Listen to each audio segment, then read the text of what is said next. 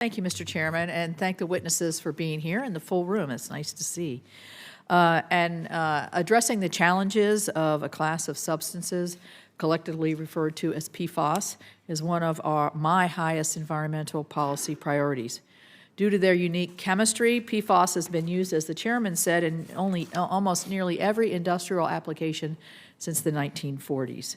Given that PFAS is everywhere, we must carefully consider the best and most efficient way to address past contamination and limit future exposure. This means prioritizing actions that address PFAS, the ones of the greatest known health risks, and examining common routes of exposure for those chemicals. I firmly believe that the most effective solutions for tackling PFAS require bipartisan collaboration, as the chairman mentioned. Recognizing the urgency of this situation, I want to continue to work with him to develop tailored legislation. We've been trying. Last year, the EPA announced it intends to designate 2 legacy PFAS as hazardous substance under CERCLA. Today's hearing offers us an opportunity to evaluate the potential consequences of that proposal. CERCLA was promulgated in 1980 after the enactment of the Clean Air Act, Clean Water Act, and Safe Drinking Water Act, and other foundational federal environmental statutes. CERCLA imposes strict joint and several and retroactive liability for releases of chemicals that are designated as hazardous substances. CERCLA enshrines the core principle of the polluter pays. If you cause a release, you are responsible for the cleanup.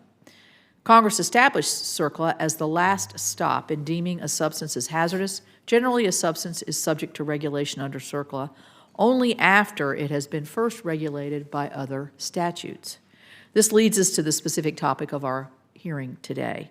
Despite having years to evaluate and potentially regulate PFAS, the EPA is considering, as I mentioned, designating 2 PFAS under CERCLA before comprehensively addressing them under any other federal environmental statute.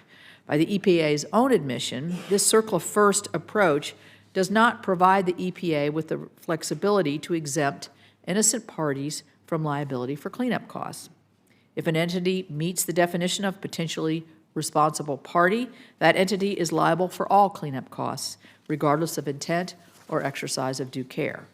While I appreciate that the EPA's claim that it plans to exercise enforcement discretion, it will not provide a liability shield to those who had no role or responsibility for PFAS contamination. Absent congressional intervention, the burden of cleaning up sites tainted with PFAS will fall on the shoulders of entities like drinking water and clean water systems and waste management utilities. These entities are known as passive receivers. They did not manufacture or generate PFAS and were unknowingly or required by law to catch or to receive these contaminants. Given that the EPA plans to finalize its proposal, Congress must step in, I think, to address the overly broad sweep of CERCLA liability, as Congress has done in the past 11 times before.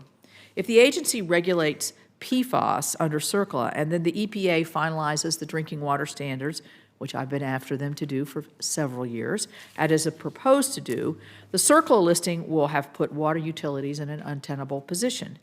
Communities would be required to remove 6 substances, 2 of which would be hazardous substances, through water treatment processes, therefore concentrating the PFAS in filters.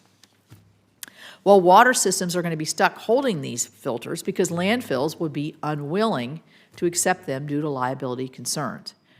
Wastewater and stormwater utilities, although not responsible for generating these flows, could face similar liabilities, receiving PFAS chemicals through intakes or stormwater runoff.